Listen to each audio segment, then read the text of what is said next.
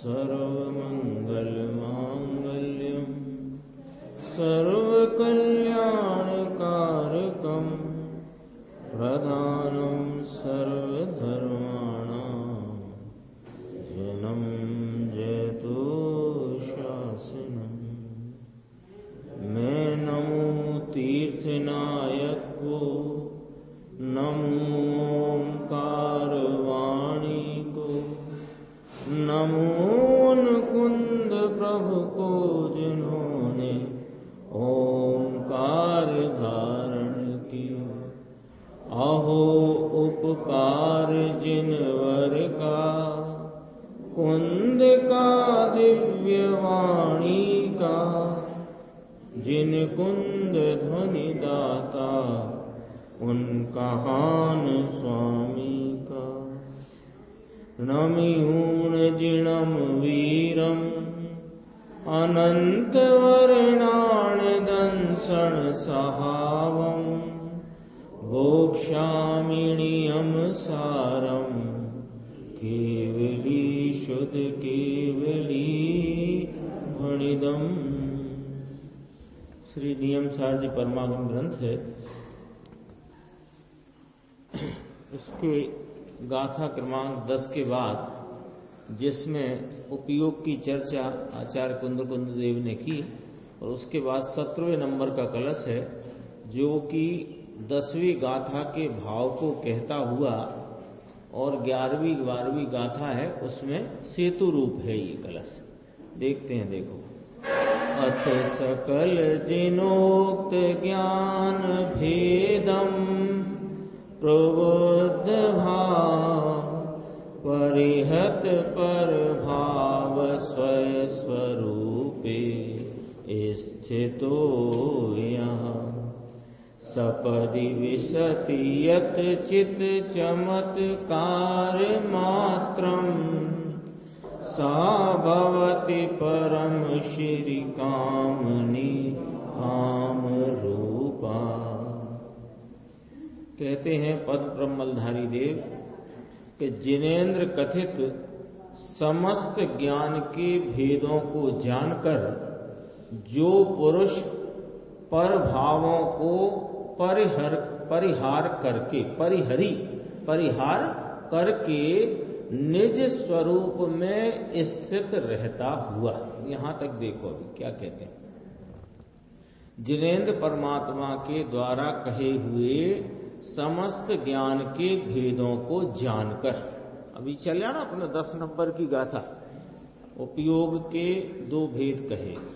उपयोग की पहले व्याख्या करी कि चैतन्य का अनुसरण करके होने वाला जो परिणाम है वह उपयोग है, या चैतन्य का अनुवर्ती परिणाम उसे उपयोग कहते हैं। बात आई ना। उपयोग के 2 भेद कहे थे, ज्ञान उपयोग, दर्शन उपयोग।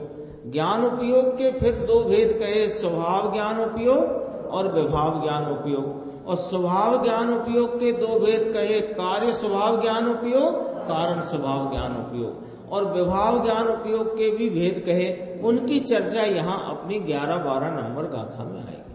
अब हुआ क्या कि सर्वज्ञ भगवान ने कहे उपयोग, ज्ञान उपयोग या ज्ञान के यह सब भेद कहे, तो कहे तो क्या करना, याद रखना जीवन भर।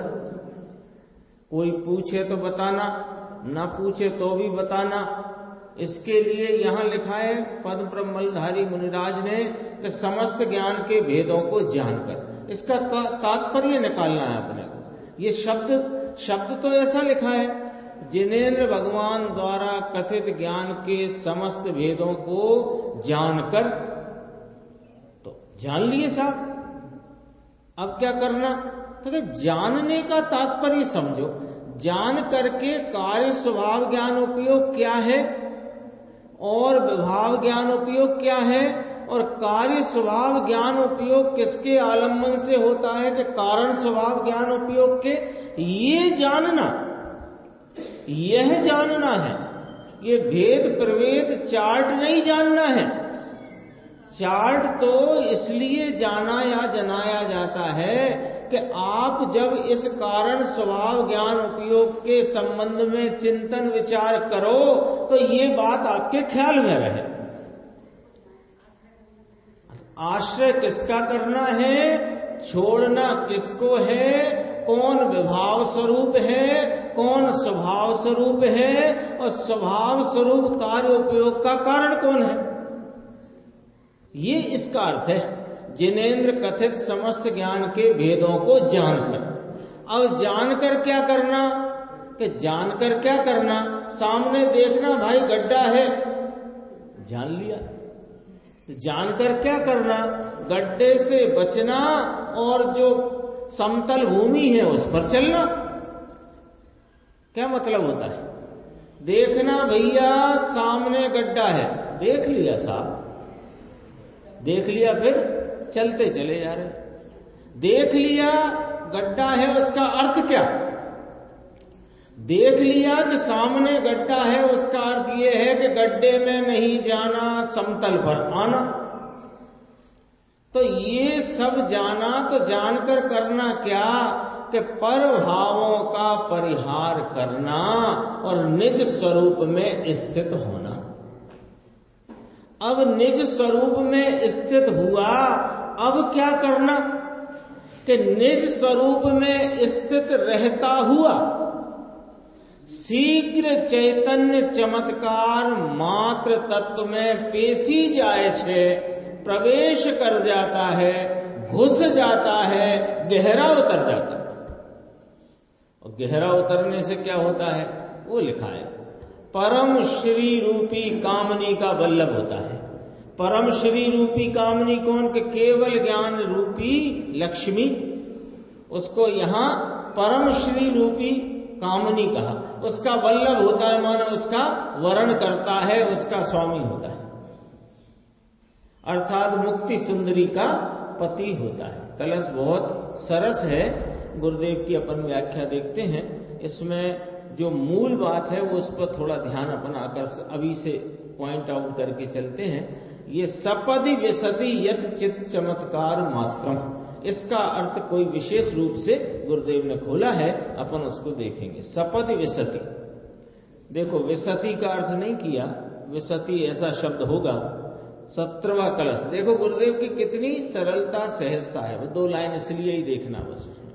17वां कलश, पाना 26, हमको हिंदी आती नहीं, थोड़ी थोड़ी आती है।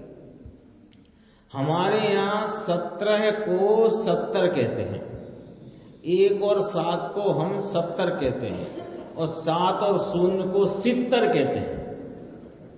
तो तुम हम 70 बोले तो तुम 7 0 मत समझना, एक साथ समझना। सरलता कितनी, सहजता कितनी। एक और नीचे कलश का अर्थ करते हैं, 2 शब्द आकरा भारे, आकरा माने कठिन मुश्किल, 2 शब्द इसमें पद्म प्रमलधारी मुनिराज डालते हैं इस कलश में। सपदि विसति, सपदि विसति, दो शब्द, 2 का अर्थ, शीघ्र पने अंदर प्रवेश कर। सपदि माने शीघ्र पने और विसति माने अंदर प्रवेश कर, ऐसा। सपति का अर्थ त्वरा है, श्रीमत के आधार से कहा, त्वराथी थाओ त्वराथी तजो, एक श्रीमत का आता है त्वराथी, त्वरा माने गति, शीघ्रता से। सपदी का अर्थ त्वरा है और विसदी माने अंदर प्रवेश करो। नीचे उसका अर्थ दिया, देखो श्लोकार्थ, जिनेन्द्र कथित यानी वीतराग परमेश्वर का कहा हुआ। जिनेन्द्र और आगम कहा था ना, आप्त आगम और तत्वार्थ, यहीं से ये शुरू हुआ अपना विषय, है ना।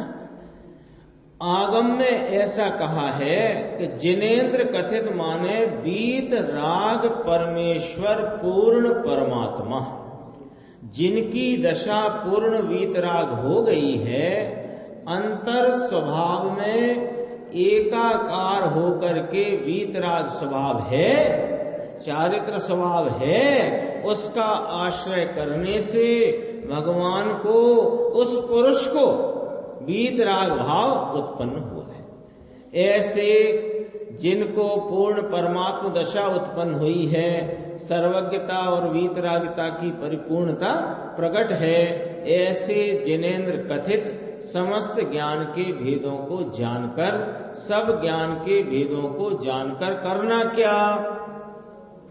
करना क्या? वो बात कहते हैं, जो पुरुष पर भावों को परिहरी विकल्प आदि पर भावों का लक्ष्य छोड़कर निज स्वरूप में स्थित रहता हुआ अपना ज्ञान स्वभाव भगवान निज स्वरूप में स्थित रहता हुआ अंदर में रहता हुआ। कैसे रहते हैं अंदर में? क्यों कि उपयोग स्वरूप जीव है तो अंदर कमरे में जाके रहते हैं, ये नहीं कहना है।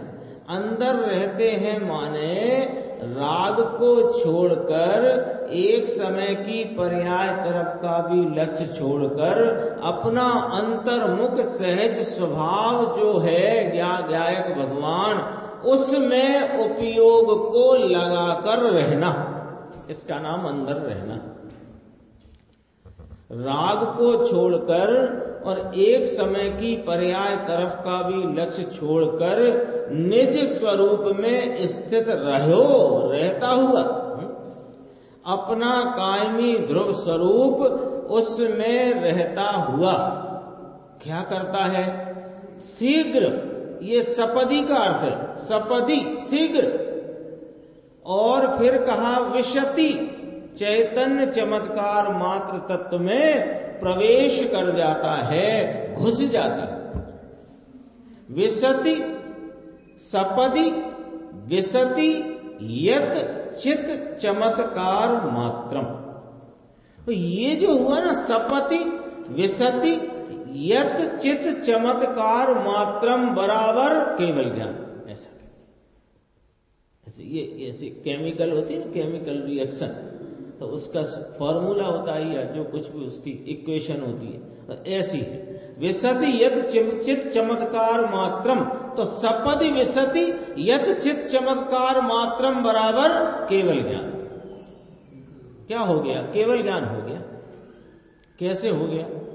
कि ज्ञान के भेद जानकर हो गया। वहां से मिलाओ पहली लाइन से, पहली लाइन से मिलाएंगे तो क्या अर्थ निकला? ज्ञान के भेद जानने से केवल ज्ञान हो गया। ये कौन सी बात है कि ये बात समझो। ज्ञान के सब स्वरूप बता करके देखो, ज्ञान की अपन परिभाषा शुरू करें ना, सरल बात पकड़ना। ज्ञान किसे कहते हैं? किसी को नहीं मालूम, छोटा बच्चा है नहीं जानता ज्ञान किसे कहते हैं, शब्द ही नया है। तो देखो, जो जानना हो रहा है ना, ये ज्ञान है।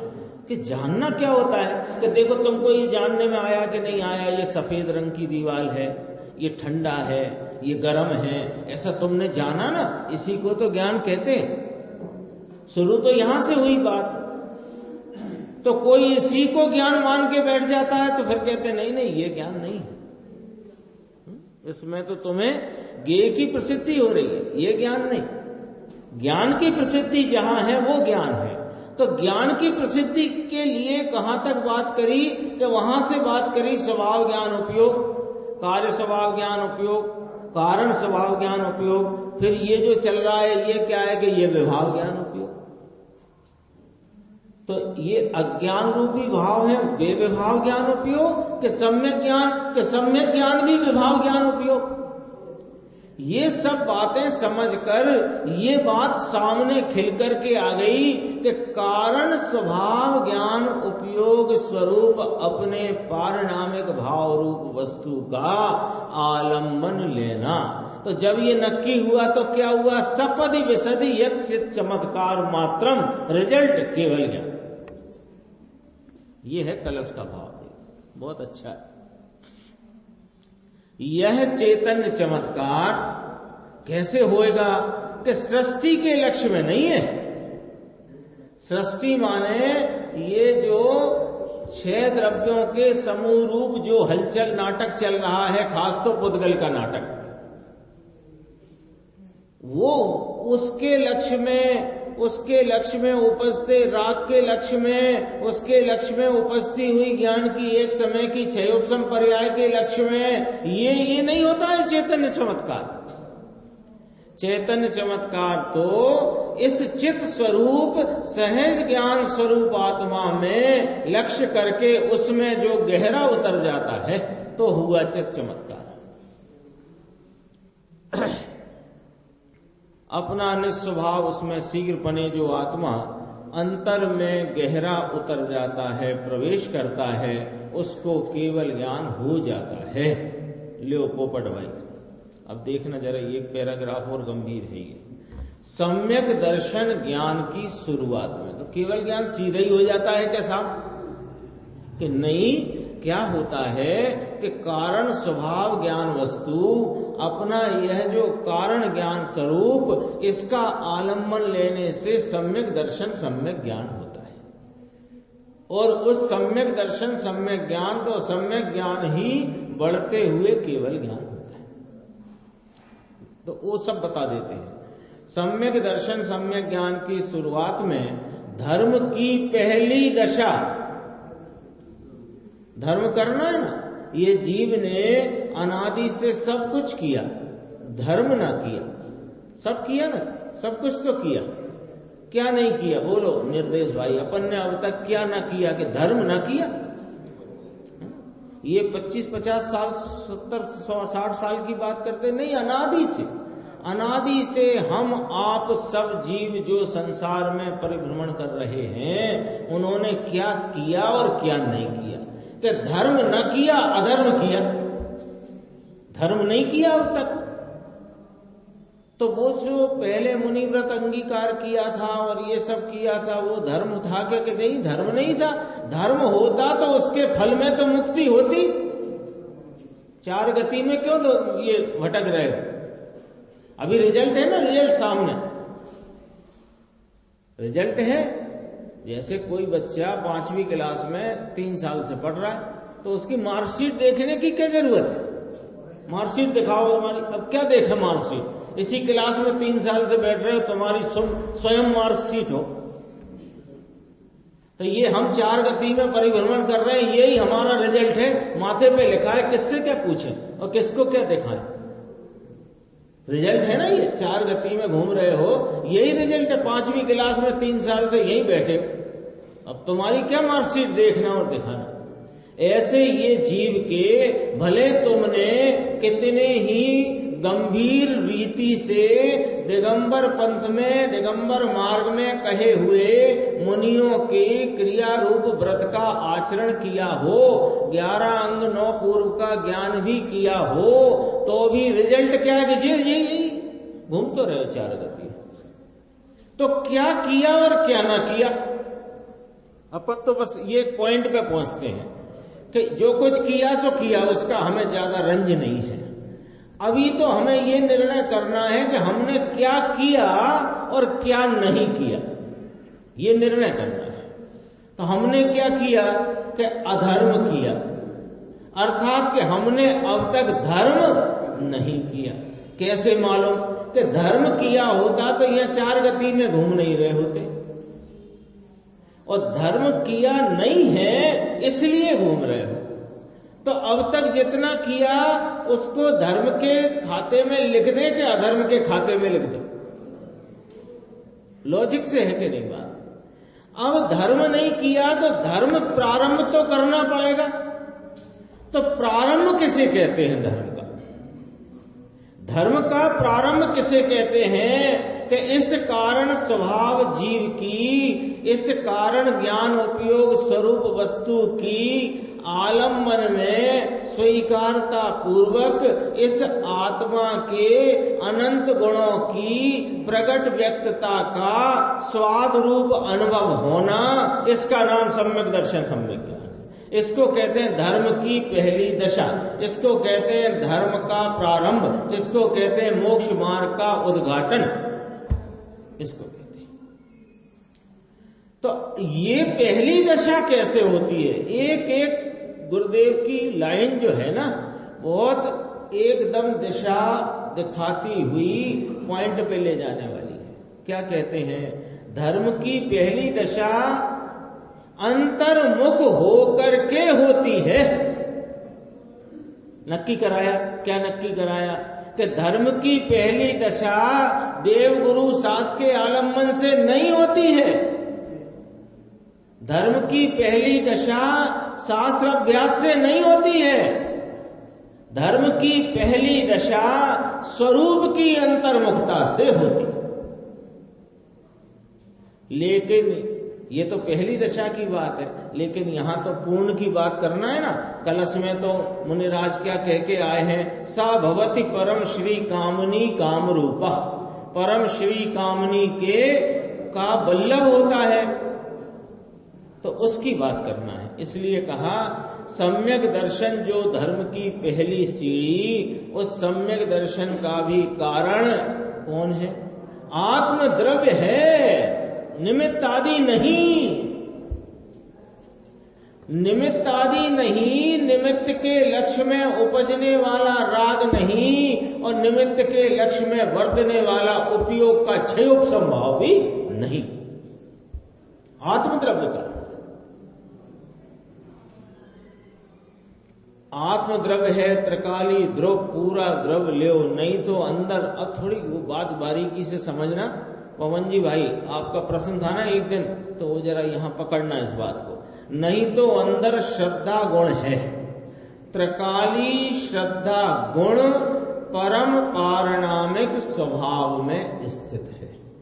देखो क्या है कि प्रतीति है, उसका नाम सम्यक दर्शन है। स्वरूप की प्रतीति, कारण वस्तु की प्रतीति, उसका नाम सम्यक दर्शन है। ये कारण वस्तु की जो प्रतीति नामक पर्याय है, ये किसका परिणमन है? कि श्रद्धा गुण का परिणमन है। तो श्रद्धा गुण का परिणमन है, तो इसको यों भी कहा जाता है कि श्रद्धा गुण के आश्रय से श्रद्धा गुण का परिणमन होता है, ऐसे भी कहा जाता है। वो कह रहे हैं, बात पकड़ना है। देखो, त्रिकाली श्रद्धा गुण परम पारणामिक स्वभाव में स्थित है। ऐसे द्रव्य स्वभाव का अंतर्मुख आश्रय करके सम्यक दर्शन होता है। कहो समझ में आया? देव गुरु शास्त्र के आश्रय से सम्यक दर्शन नहीं होता है। देव गुरु शास्त्र की भक्ति का विकल्प उठे, उसके आश्रय से सम्यक दर्शन नहीं होता है। ऐसे ही एक समय की व्यक्त पर्याय के आश्रय से सम्यक दर्शन नहीं होता है। कितनी बातें आ गई? नहीं की भी बातें आ गई और हाँ की भी बातें आ गई। यानी इससे ज्यादा साफ सुथरी कथन करने की क्या पद्धति हो सकती है कि सीधी बात कहना कि देखो भैया, इधर से जाना तो सीधा रास्ता है, उधर से मत जाना, उधर से मत जाना, उधर से मत जाना। इससे ज्यादा साफ क्या कहें? स्पष्ट कह रहे हैं। तो कहाँ जाना कि इस कारण वस्तु का आलम्बन लेना, उसकी प्रतीति करना, श्रद्धा गुण परम पारणामिक भाव से स्थित है, क्योंकि वस्तु परम पारणामिक स्वरूप है।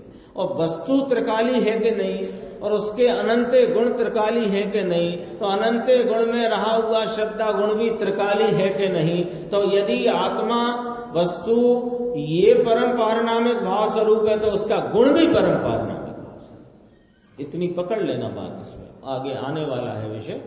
तो अभी इनकार काय काय का किया, अंशी काय का इनकार किया और काय की अस्थि बताई कि देखो स्वरूप के अंतर्मुख आश्रय करने से सम्यक दर्शन होता है। आज अपनी 15 तारीख के निर्णय का बिंदु, रोज एक चाहिए ना बिंदु अपने को, जिससे घर जाते समय भोजन करते समय स्वाद न लगे तो विचार इधर आ जाए। स्वाद लगे तो वहीं खाओ पियो, कभी स्वाद नहीं लग रहा हुए तो इधर विचार आए कि सुबह आया क्या था।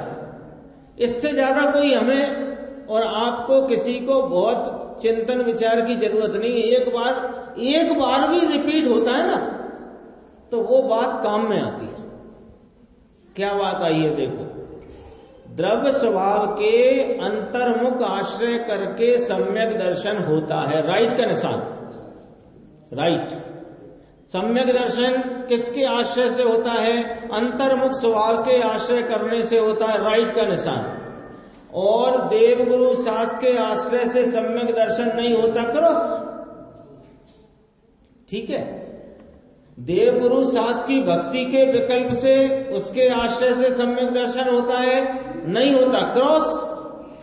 एक समय की व्यक्त पर्याय के आश्रय से सम्यक दर्शन होता है कि नहीं, क्रॉस।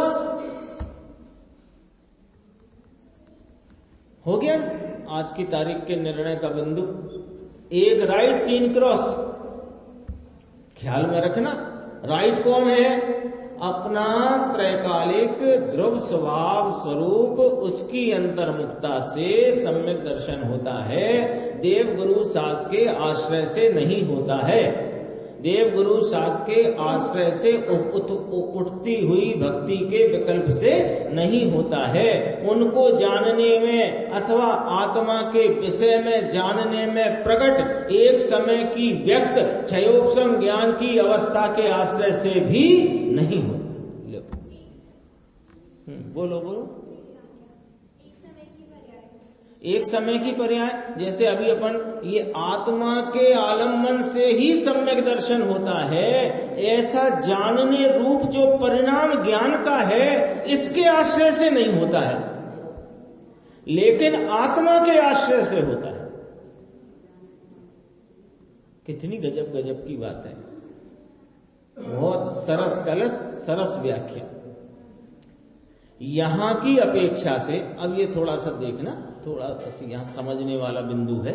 यहां की अपेक्षा से सम्यक दर्शन त्रिकाल श्रद्धा गुण जो परम स्वभाव में पड़ा है उसके आश्रय से सम्यक दर्शन होता है। लो साहब, ये क्या कही बात आपने? गुण के आश्रय से सम्यक दर्शन, कि हाँ, गुण के द्वारा लक्ष्य करके गुण गुणी के भेद रहित जो वस्तु है उसके आलम्बन से सम्यक दर्शन होता है।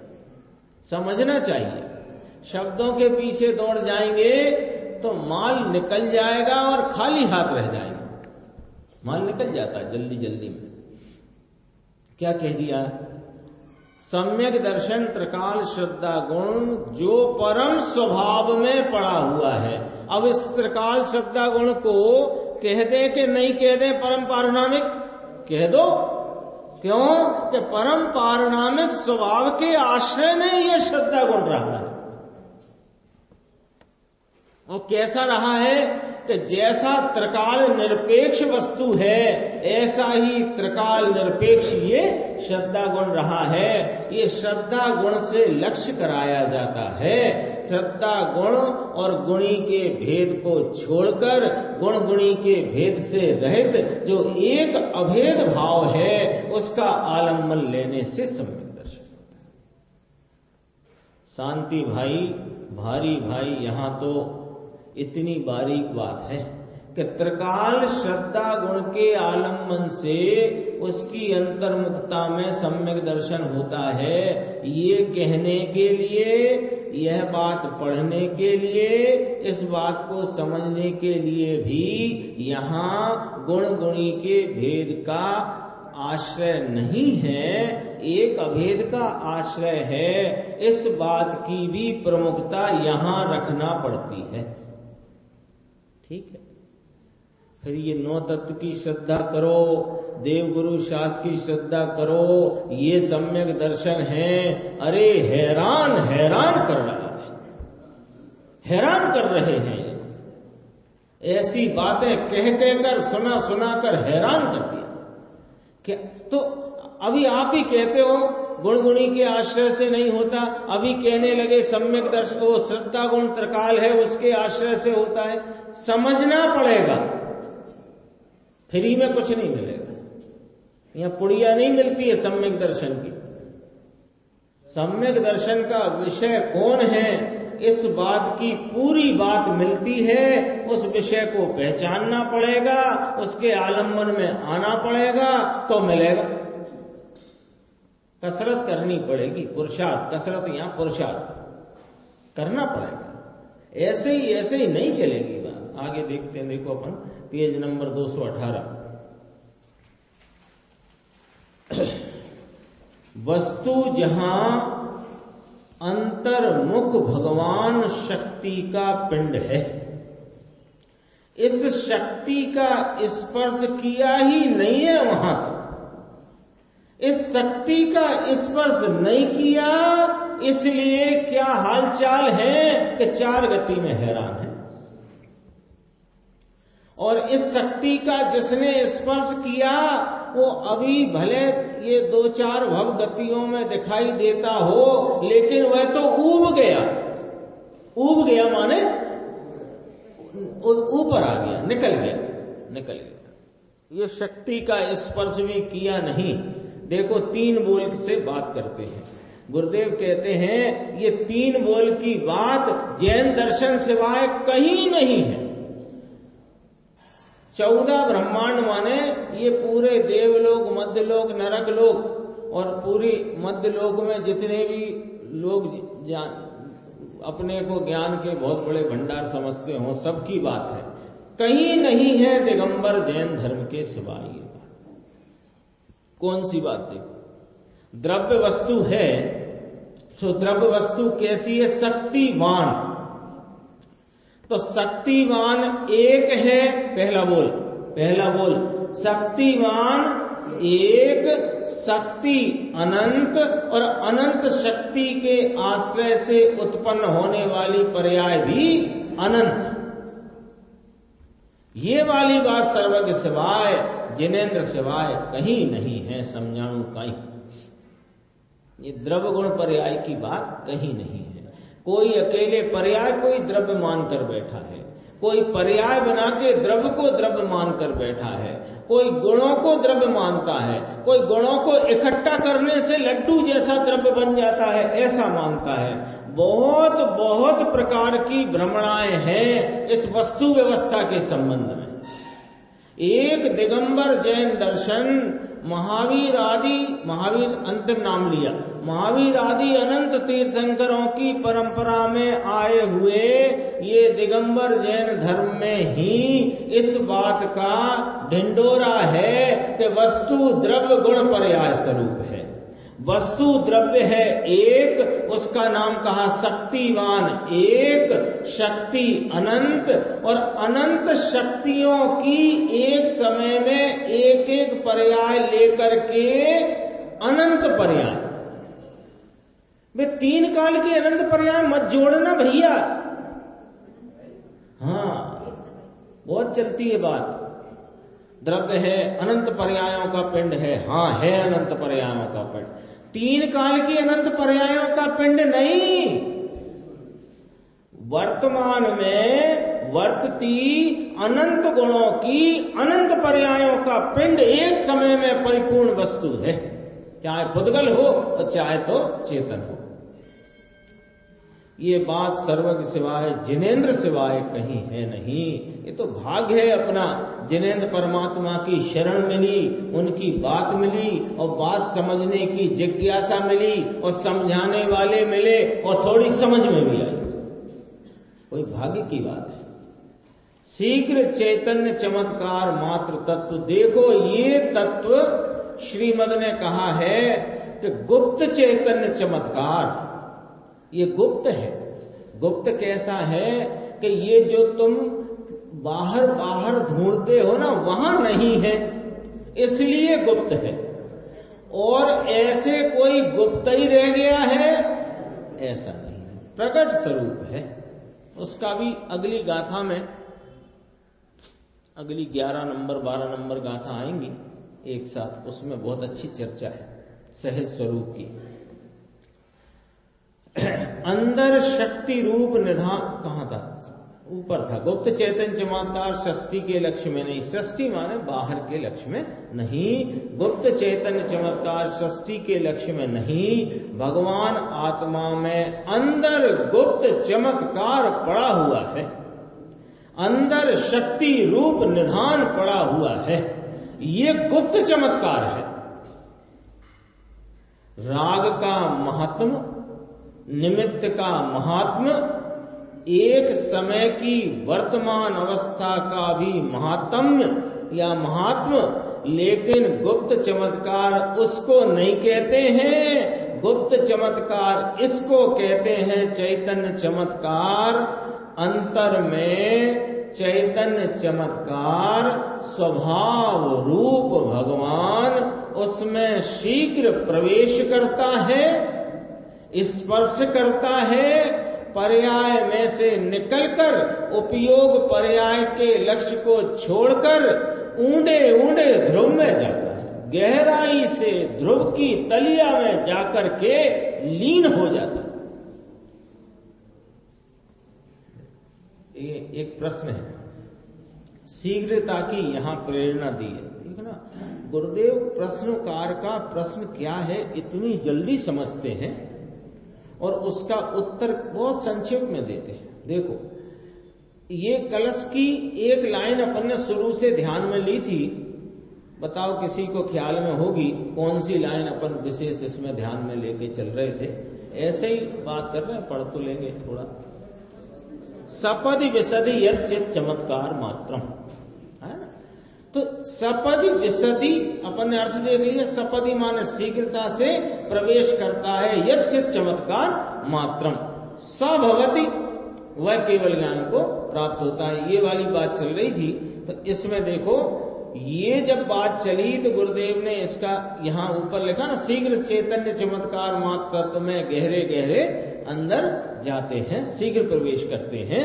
तो कहा देखो, राग का महात्म, निमित्त का महात्म, एक समय की वर्तमान अवस्था भले वो ज्ञान की हो, उस सब का लक्ष्य छोड़ करके जो इस चैतन्य चमत्कार में शीघ्र प्रवेश करता है, स्पर्श करता है और पर्यायों के लक्ष्य और अस्थिरता को छोड़कर उस गहराई से ऊंडे ऊंडे ध्रुव में पेश जाता है, प्रवेश कर जाता है, घुस जाता है, वो प्राप्त करता है। तो उसको क्या लगा कि जैसे एक दो कलश और आते हैं, समय सार जी में आते हैं, क्या है मैं शब्द भूल रहा हूं, वो झटति निज हित करो, तो वो प्रेरणा रूप है। झटति निज हित करो ऐसा आता है, शब्द नहीं आता, उसका भाव यही है। तो उसको लगा कि ये वाली बात यहां का ये सपदि विशदि यत् चित् चमत्कार मात्र कि प्रेरणा दी है। तो गुरुदेव ने देखो शीघ्रता की बात करी है, पहले व्यवहार करना नहीं, ऐसी कही है यहां बात, ये बात कही है। क्या बात कही है भाई जी, क्या बात कही है? पहले व्यवहार मत करना, ये कही है। लो, यहां तो सब उल्टी उल्टी बातें चलने का काम चलता है नहीं लगे? वो तो अपन सब रोज के स्वाध्यायी हैं, सब अपन मिलजुल कर रोज स्वाध्याय करते हैं। नया नया आके बैठे तो घबरा जाता है, घबरा जाए। पहले व्यवहार करना नहीं, इस बात का उपदेश दिया है पद्म प्रभ मलधारी मुनिराज ने श्लोक नंबर 17 उसकी 3री लाइन में। और नहीं दिया हो तो बताओ। देखो, पहले व्यवहार करना नहीं ऐसा कहते हैं, अपितु यहां ऐसा कहते हैं कि पहले व्यवहार करोगे तो तुम अंदर जा ही नहीं सकोगे, ये कहते हैं। पता नहीं लगता भाई साहब कौन कौन सा रूप धर के बैठ जाता है ये, और उस रूप में इतना मशगूल हो जाता है और लोग भी पीठ थपथपा करके उसे बाबूजी बना देते हैं, बाबाजी बाबूजी जो कुछ भी कहो, और वह उस चक्कर में उलझ जाता है कि चलने दो, ये भी इसमें भी अपना लाभ हो रहा है। और उस लाभ के चक्कर में सपदि विशति नहीं हो पाता है, इस आत्म स्वरूप की न पहचान हो पाती, न स्पर्श हो पाता, न प्राप्ति हो पाती। ऐसा है। पहले व्यवहार करो तो ऐसा होगा ही नहीं। वस्तु के स्वभाव के भान होने में व्यवहार की अपेक्षा नहीं है, और जो कोई वस्तु के स्वभाव के भान होने में व्यवहार की अपेक्षा मानता है वह वस्तु के स्वरूप को निरपेक्ष मानता ही नहीं है, उसे निरपेक्ष जानता ही नहीं है। अर्थात जिनेंद्र परमात्मा के कहे हुए वस्तु स्वरूप का अवर्णवाद करता है। कड़क है बातें, लेकिन कई बार ऐसा होता है कि कड़क की ही जरूरत होती है। व्यवहार माने दया, दान, पूजा, कषाय की मंदता का भाव। एक लाइन में कहो, ज्यादा लाइन नहीं लगाएं। कषाय की मंदता का भाव, उससे मुझे आत्मा की प्राप्ति में सरलता, सहजता, सुगमता, मदद, टेका, सहारा, हेल्प मिलेगी। ये व्यवहार में उलझा हुआ व्यक्ति अपने अंतर स्वरूप को प्राप्त करने में असमर्थ हो गया, ये कहना है। पशुओं को इसलिए जल्दी नहीं हो जाता, लेकिन ये मनुष्य इसमें उलझकर इतना उलझ जाता है और भ्रमणा ज्यादा पाल लेता है। पशु को सिर्फ एक वर्तमान दुख की अवस्था देखकर और अपने सुख स्वरूप की स्मृति आते ही हो जाता है। डेढ़ ज्ञान लगाता है, डेढ़ ज्ञान। और इसको क्या लगता है कि क्या होता है, प्रसिद्धि, पशु तो बेचारा प्रसिद्धि के चक्कर में उलझता नहीं है। ये मनुष्य कोई बीमारी लगी है तो ये क्या होता है, जरा सा कुछ खाना पीना वेशभूषा बदली और इसकी प्रसिद्धि बढ़ी। अब क्या हुआ कि जो आत्म प्रसिद्धि करना थी वो तो भूल गया और इस प्रसिद्धि में बह जाता है। पशु हुए, नारकी हुए, इनको क्या है, इनको वर्तमान दुख पर लक्ष्य जाता है। क्यों कि प्रतिकूलताओं का ढगला है बाहर में। अब अपने तो आज सर्दी बढ़ गई तो 2 कपड़े ज्यादा, पशुओं को तो नहीं है ना ऐसी अनुकूलता। तो ऐसी प्रतिकूलताओं में दुख की दशा पर उनका जोर जाता है। लेकिन कभी पहले इस भगवान आत्मा की, इस शुद्ध आत्मा की बात सुनी हुई स्मृति में आ जाती है तो स्मृति में आते ही ये समझ में आ जाता है। बस बहुत ज्यादा कुछ नहीं समझता वो, इतना समझ में आ जाता है कि ये दुख मेरा सदा रहने वाला नहीं है, क्योंकि मेरा स्वरूप सुख स्वरूप है। मैं सुख स्वरूपी हूं तो ये दुख रह जाएगा, ये बात छूट जाती है। और ये दुख नहीं रहेगा, मैं सुख स्वरूपी हूं, इतने से भरोसे में, इतनी सी प्रतीति में वह काम हो जाता है जो अनादि से नहीं हुआ था। अर्थात धर्म मार्ग का, मोक्ष मार्ग का मुहूर्त हो जाता है। ऐसा क्यों? थोड़ा सा विषय अपन इसमें से लेते हैं, पूरा होगा ये कलश का। अपने देखो 219 पेज है। सपदि विशदि यथ चित चमत्कार मात्रम। भगवान आत्मा अपना चित चमत्कार, इसमें से अनंती अनंती अनंती केवल ज्ञान पर्याय उत्पन्न होए, ऐसा चित चमत्कार भगवान अंदर पड़ा हुआ है। पड़ा है माने मौजूद है, पड़ा है माने मौजूद है। उसको शीघ्र अविलंब यानी विलंब छोड़कर, विलंब ना करो, विलंब ना करो। पहले ये करूं और पहले ये करूं और फिर ये करूंगा, ऐसा विलंब ना करो। पहले थोड़ा, कई लोगों को ऐसा लगता है अभी नियम सार की स्वाध्याय चल रही है, ये थोड़ा सा ग्रंथ ऊंचा है तो इसको नहीं, पहले अभी तुम 6 डाला पढ़ो, पहले हम अभी 6 डाला पढ़ेंगे। ऐसे ऐसे करके अनेक प्रकार के, एक तो ये कहने में आई बात, यहां भी वही बात है जो 6 डाला में है और 6 डाला में भी वही बात है जो यहां है।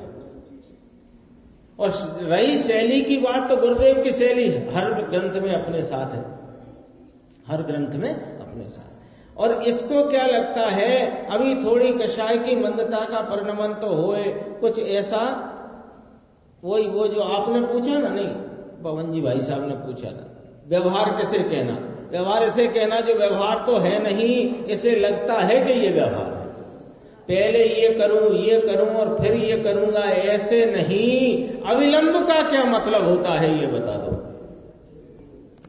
अविलंब का क्या मतलब होता है ना। वो अपन जाओ एयरपोर्ट पे तो अपनी फ्लाइट का वो हो गया हो और वहां अंदर अपने को जाना हो बोर्डिंग के लिए, तो वहां पर अनाउंसमेंट हुआ फला फला फ्लाइट वाले अविलंब प्रस्थान करें। अविलंब प्रस्थान करें का क्या मतलब होता है, अभी रुक जाओ जरा चाय वाय पी लेने दो, फिर क्या मतलब होता है, वहां अनाउंसमेंट हुई कि नहीं हुई कि फला फला फ्लाइट में जाने वाले अविलंब रूप से प्रस्थान करें बोर्डिंग के लिए।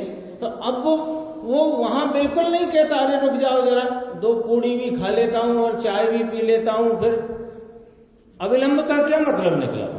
और यहां आचार्य भगवान की अनाउंसमेंट है अविलंब की, तो अविलंब का क्या मतलब, पहले ये कर लूं, पहले एक विधान रच लूं, फिर ये कर लूं, फिर पूजा कर लूं, फिर भक्ति कर लूं, ये क्या हो रहा है। अविलंब अनाउंसमेंट में क्या आया, अविलंब आया ना। वो जो गुरुदेव ने 2 शब्द पकड़े ना, सपदी विसति, सपदी का अर्थ है शीघ्र, शीघ्र का अर्थ है अविलंब रूप से, अविलंब रूप से, पहले ये करूं ऐसा नहीं, गजब किया है, थोड़ा सुन तो लूं, बहुत गजब की बात कही है, समय हो गया लेकिन इसे जल्दी से पूरा करते हैं।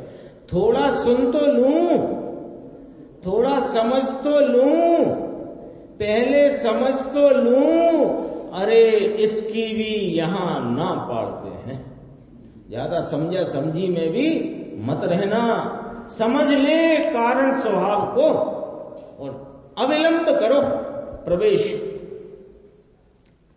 राम जी भाई सपदी में ऐसा आया कि नहीं, उग्र एकदम, पहले ये कर लूं, ये करके फिर ये करूंगा, ये करके फिर ये करूंगा, ऐसे नहीं। ये कांति भाई और ऐसा जो विचार चलता है, होते होते हो जाएगा, थता थसे, होते होते होगा, पहले व्यवहार सुधारो फिर होएगा। वीतराग मार्ग प्रभु सर्वज्ञ परमेश्वर वीतरागता बताते हैं, पर की अपेक्षा रखे, ये तो राग है, क्योंकि राग उपजता ही पर की अपेक्षा में है, और निरपेक्ष उपयोग जो निरपेक्ष स्वभाव का आलम्बन लेता है, वहां गारंटी है कि राग उपज जाए, होता ही नहीं, हो सकता ही नहीं, क्योंकि राग की उत्पत्ति का भी नियम है कि परावलंबन में नियम से होएगा और स्वावलंबन में नहीं ही होएगा, ऐसा उसका नियम है। वीतराग धर्म है, वीतराग धर्म यानी निर्दोष धर्म, वीत माने नहीं, राग माने राग नहीं, द्वेष भी नहीं, कुछ नहीं, वीत माने नहीं, राग में राग द्वेष दोनों आ गए। कहते हैं भगवान तेरी दृष्टि पहले चित चमत्कार में जानी चाहिए, कैसी, अविलंब, अविलंब, चारों तरफ से दृष्टि हटाकर एक ध्रुव चैतन्य भगवान ऊपर, तेरी दृष्टि का ध्येय झुकाव वलन होना चाहिए। समझ में आया, वह पुरुष जो कोई आत्मा ऐसा करेगा, यह पुरुष मुक्ति सुंदरी का पति होगा, मुक्ति की निर्मल पर्याय प्राप्त होगी। ये बात है भाई। ये कलश 17 की अपनी चर्चा पूरी हुई। आगे की स्वाध्याय में गाथा 11-12 की अपनी चर्चा